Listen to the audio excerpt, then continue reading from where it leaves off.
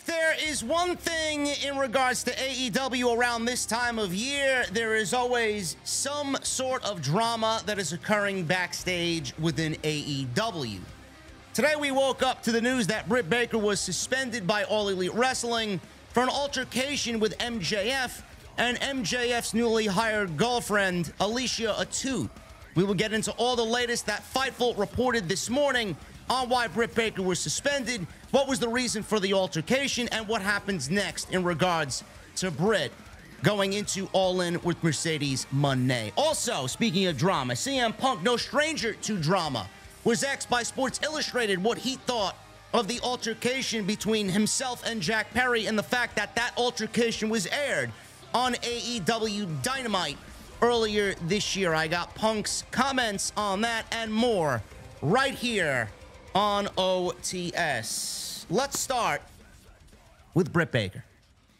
Britt Baker and MJF had an argument, and that leads to Britt Baker's suspension 3 weeks before AEW All In and her match for the TBS Championship against Mercedes Moné.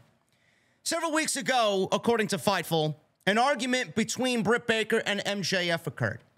The word internally was that Baker exercised frustration about MJF within the women's locker room. Word made it back to MJF as his girlfriend, Alicia Atout, was in the room. The details are he said, she said at this point, which is very, very important to the story. He said, she said. Keep that in mind. But we're told, says Fightful, that there were confrontations between Alicia and Britt Baker as well as MJF and Britt Baker. At one point, Will Ospreay also spoke with Britt. Word was that Britt also took issue with Alicia telling MJF about what was said in the locker room. Again, please keep that in mind. An argument broke out between MJF and Britt Baker, which resulted in MJF punching a wall before he actually went out there to go wrestle Will Ospreay for 59 minutes and 58 seconds.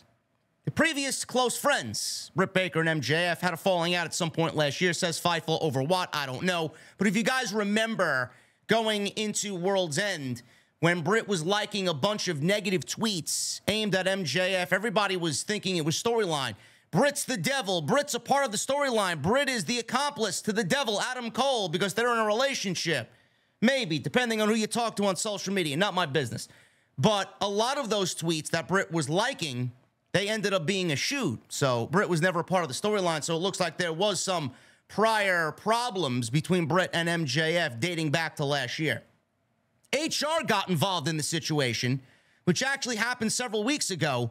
Baker has appeared on TV since then, but was legitimately suspended.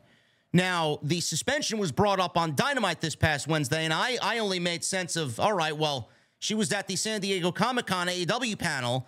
They got into an altercation to sell the match for Wembley before Tony Khan announced the match officially for All In. And I thought it was a storyline suspension because Mercedes has been kind of buddy-buddy with the Elite as of late, and she asked for Britt to be suspended thanks to what happened at the San Diego Comic-Con. I didn't really think much of it. I don't really think anybody thought much of it. I think everybody thought it was par for the course for the storyline. An investigation was conducted and numerous members of the roster and a suspension was levied. So anything else you guys want to know, I'll keep you updated. But as of right now, Britt Baker is still planning to wrestle Mercedes at AEW All In. I want to choose my words carefully here because, you know, it is no secret that I've gotten into an altercation or two with Britt on social media, some of which was my fault, and I got a big mouth, which I have previously and personally apologized to her about. I understand that a lot of people were frustrated the fact that MJF and Will Ospreay got 1 hour on Dynamite. First of all, this is a celebration of 250 episodes of AEW Dynamite. We all know Tony loves his celebratory episodes. And MJF and Will Ospreay going an hour was heralded as one of the best things that the company's ever done. So looking back at it, would I change what they did? No, I would not. MJF is a proven and guaranteed draw for the company. He is the ace of the company. And I'm not saying that as a big fan of his work. The numbers don't lie. Everything is a fact. The match itself on Wednesday, 2 weeks ago, The ratings went up the longer the match went on. So what they did was a risk, because a lot of people don't want to really sit there and watch 1 hour between two guys, but it worked. And I'm glad that they did it. And it only enhanced the storyline. It only makes the match between MJF and Will Ospreay, now that is official for All In, bigger and better than it was going to be. And with everything that's involved now with the American Championship and MJF playing the American hero going into foreign land and Will Ospreay's home country, everything is just beautifully being done. This is what we asked for. Story, character work. I can't sit here and blame the company for taking the position that they did. He said, she said bullshit. That's what this is. And even in the report from Fightful, it was labeled as he said, she said. I don't want to take sides here. I don't. But if everybody on social media had a shitstorm of criticism about MJF and Will Ospreay, some people loved it. Many people loved it. Many people hated it. Many people thought that it was too long. Many people thought that giving that a match away for free on Dynamite was a miss by Tony Khan. How do you think the roster feels? How do you think the roster feels that they got to sit back and watch two guys go basically an hour and take up more than half the show? How do you think the roster feels about not being given an opportunity on a normal week, and then they got to sit back and watch MJF and Will Ospreay go over an hour on television? Does Britt have a right to be upset about that? Sure. She's in a major marquee match. If they gave just a sliver of that time to Britt and Mercedes to tell any more of their story, they would be better off for it. But they didn't get that opportunity. They were not afforded that opportunity on episode 250. Are we going to sit here and blame Britt Baker for feeling the way that she did? I'm not. If I'm a talent, I'm frustrated too. If I'm a talent, I'm going to Tony Khan. If I'm a talent, I'm not going and discussing my frustration that MJF and Will Ospreay going an hour. I'm not voicing my frustration to Alicia Atout. Now, you could see it as one way or the other here. You're going to take Britt's side. You're going to blame Britt. You're going to take someone else's side, whatever the case may be. Do we know for sure that Britt was the only one with this criticism? No, we don't. If Britt had that criticism, what makes you think that others did not have that criticism? Do we know for sure that Britt expressed these frustrations to Alicia? We don't know. Just like the same thing with Mercedes and Naomi walking out. A lot of people were like, Mercedes walked out. Mercedes was the one who facilitated the walkout. The fuck do you know? Been saying for months following that situation. Who knows if Naomi's, back didn't break on that and she walked out. And that she had the last straw, and that she walked out. And then Mercedes followed Naomi in support of her best friend. A lot of people are like, Mercedes is a bitch. Mercedes walked out, and she left WWE high and dry. It's the same thing here. How do we know Britt actually said all of this to Alicia? I mean, we give a lot of grief to people that we don't like. If MJF doesn't like Britt Baker, and they have a problem, you don't think he's already voiced that frustration to his girlfriend behind closed doors? I'm thinking as a human being here. You don't think MJF expressed that problem, those problems to his girlfriend at some point? Who's to say Britt didn't say it? She heard these frustrations. Alicia went back and told MJF, and obviously with the elephant in the room who, again, I don't want to make this an issue for Britt, she has been a part of a lot of so-called drama backstage. So who do you think MJF is going to go and confront most? The problem is Britt. He thinks Britt is the problem. He's going to confront Britt. But who's to say Britt didn't say this? Who's to say that Britt said this or not? Who's to say that other people in the locker room didn't feel the same way that Britt did, and Alicia took it upon herself to go tell MJF, and then MJF took a problem with the person who he has a problem with? Again, we don't really know. We don't know the whole side of the story. Also, I don't know why things like this are being voiced in the women's locker room. First of all, it doesn't concern you. Number one. Creative is done and decided upon by one man. That one man is Tony Khan. If you have a problem with anything that's on television, go tell Tony Khan. Secondly, I don't know why Alicia is in the locker room already. She just got there, number one. Number two, she just got there and she's in the women's locker room. Don't you think that the women's locker room, which right now the women's division is a huge focus, it's a primary focus. Everybody wants to be fighting for an opportunity now. This is the biggest opportunity for the division. Everybody should be coming together to make the division and the company better. Alicia's in the locker room and she's listening to everything that's going on there, and then she goes to tell MJF. How do you think the women in that locker room are going to feel? They're not going to want her in the locker room if everything that's said in the locker room is going to be voiced outside the locker room. You know, there's a sense of camaraderie there. There's a sense of trust that needs to be developed there. She's already broken that. She's not even there for a month yet. How do you feel now when she walks into the locker room? You can't really let loose and be yourself. You can't have fun. Everything that's said is going to be now, you know, hush, hush. It's got to be secretive, which is going to lead to more drama in the end because you can't really feel yourself, and then you feel like this person's a snitch, and then she goes back and tells MJF. Again, who knows what was said? Did Britt say what she or what the report says? Again, we don't know. How do you know that the other people in the locker room didn't feel the same way Britt did? And then Alicia breaking the trust of the locker room. MJF doing what he has to do as the guy there. He's going to back his girlfriend up. He's going to tell Tony. MJF, I mean, I would do the same thing, using his position and using his power. What do you think the company's going to do? Side with Britt or side with MJF? They're going to take MJF's side because they know what they have in MJF, and he's the guy.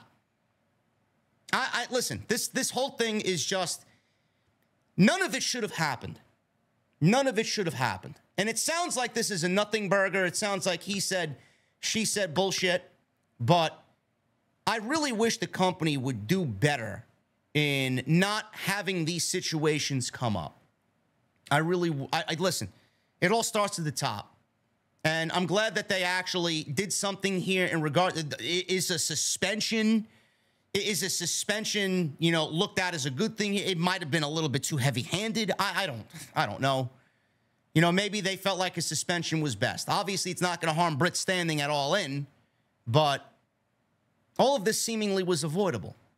All of this seems like high school drama that got, you know, steamrolled, and the snowball kept rolling, and it just avalanched into something a little bit bigger than it really started out as.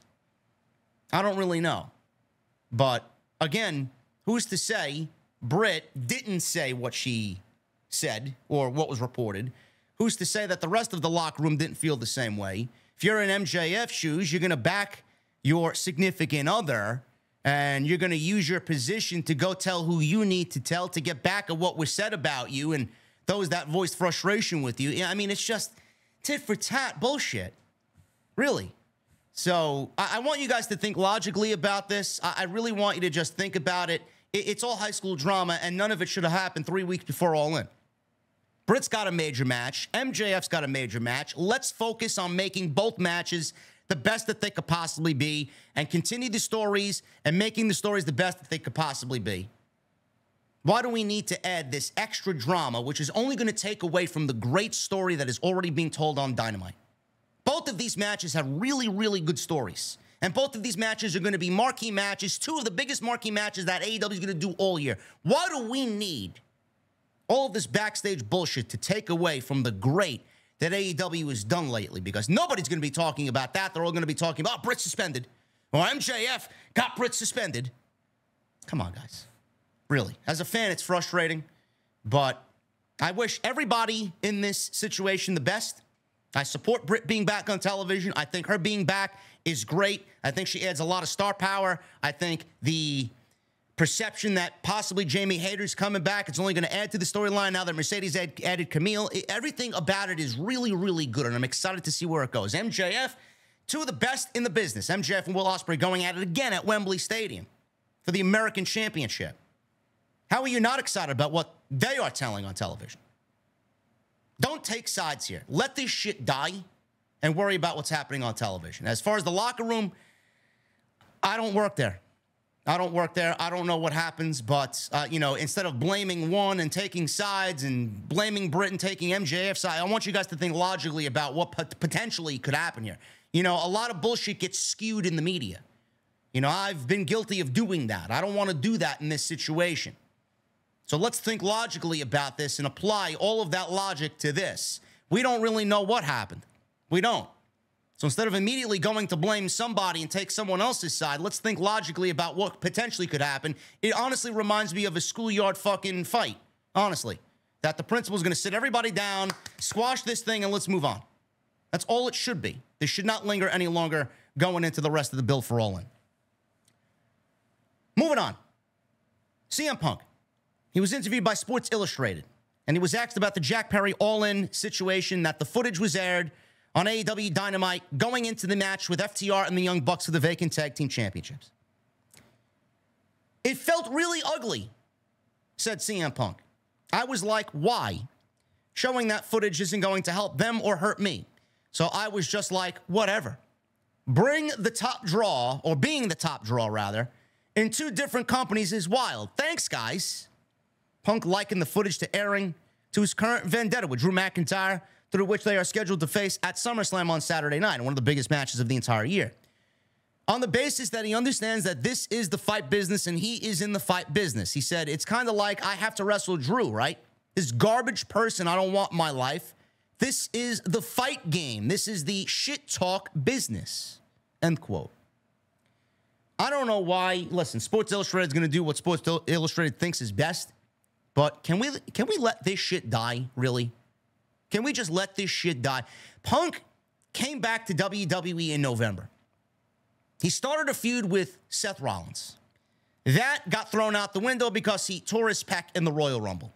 They then moved on from Seth and Punk to Punk and Drew, which right now has snowballed into the best feud that WWE's done all year.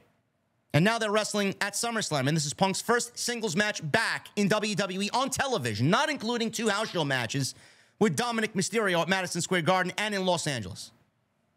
Can we focus on what is happening on Saturday and not bring up bullshit that happened legitimately a year ago that is dead? The all-in footage did nothing for AEW television. It was a desperate attempt at a rating. That's all it was. They tried to use it for the storyline. I got criticized for it from fans of the fan base.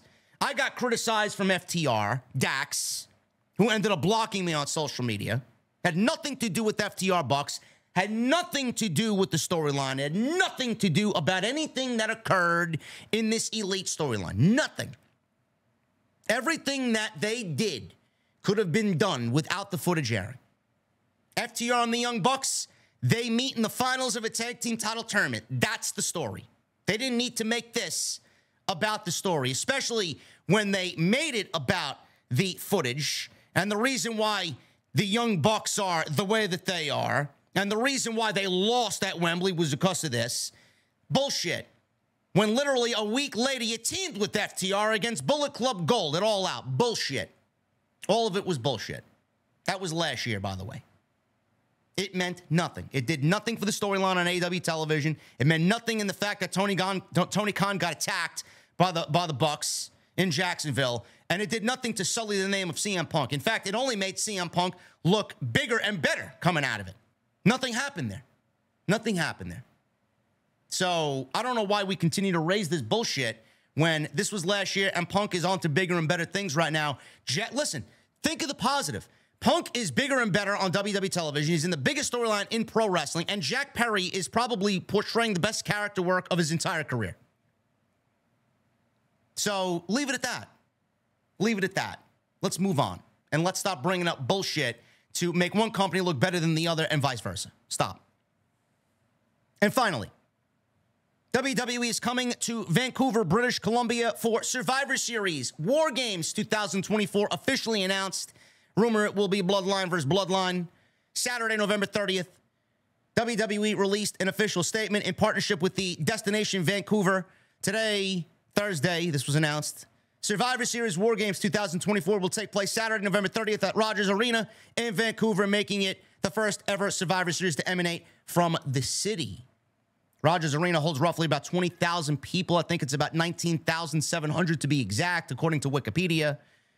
And WWE is probably going to go with a smaller setup to fit both cages, just like they did last year, and leave just very little entrance room. Not much of a bigger ramp like you usually see for a Royal Rumble or a Clash at the Castle or one of these other major events. WWE's got to make sure that cage fits in the building, and they will give you, as far as the production side of things, a very little stage and very little aisleway, with most of the production taken up by the War Games structure. So you're probably looking at about, what, 17,000 plus for Survivor Series? I can't wait. I can't wait. And Canadian fans, man, they are rabid. And they will be rabid for Survivor Series because of what the rumored match is supposedly going to be. Another thing that I want to throw out there before I get out of here. I've seen a lot of Trish Stratus in the news lately. Trish talking about Tiffany Stratton and Tiffany Stratton talking about Trish Stratus. WWE does these things by design, strategically. They did Elimination Chamber in Perth. Who was in the main event there? Rhea Ripley. It was a spotlight for Rhea Ripley. Scotland, obviously, Clash of the Castle. Drew McIntyre was spotlighted there. WWE did Elimination Chamber last year with Sami Zayn wrestling in Montreal against Roman Reigns for the World Championship. One of the best matches that WWE did in probably the last decade. The energy there was amazing. Fastlane last year was in Indianapolis, around the Indianapolis 500. WWE does these things strategically. Everything that they do, the announcements for their shows, the way that they announce these shows, done strategically. I wonder if WWE potentially could be setting up Tiffany Stratton, maybe he's the world champion by that time, against Trish Stratus. I don't know. Just throwing that out there. But last time we saw them face-to-face was at Money in the Bank when Tiffany won Money in the Bank, and I've been seeing them in the news a lot lately. Their names in the same headlines, in the same stories a lot lately. I wonder if WWE is potentially planning that for Survivor Series, for the World Championship. We'll see. Thank you guys very much for all your support. If you did enjoy today's video, make sure you guys hit that thumbs up. I would love to see 1,000 likes right here on OTS. Follow me on social media at JD from NY206. Twitter, Instagram, TikTok, Cameo. Make sure you guys go check out all the other content. Monday Night Raw, Tuesday Night Titans with the Solid Monster, episode 59. We got Wednesday's Dynamite, and we got a little extra on Shane McMahon and Tony Khan meeting officially. I got a whole separate video on that. Go check that out. And tonight, I will be live for Friday Night SmackDown right here on OTS. SummerSlam Saturday night. I will be live immediately following SummerSlam. Got the coverage for you better than anybody right here on Off the Script. I'll see you guys later.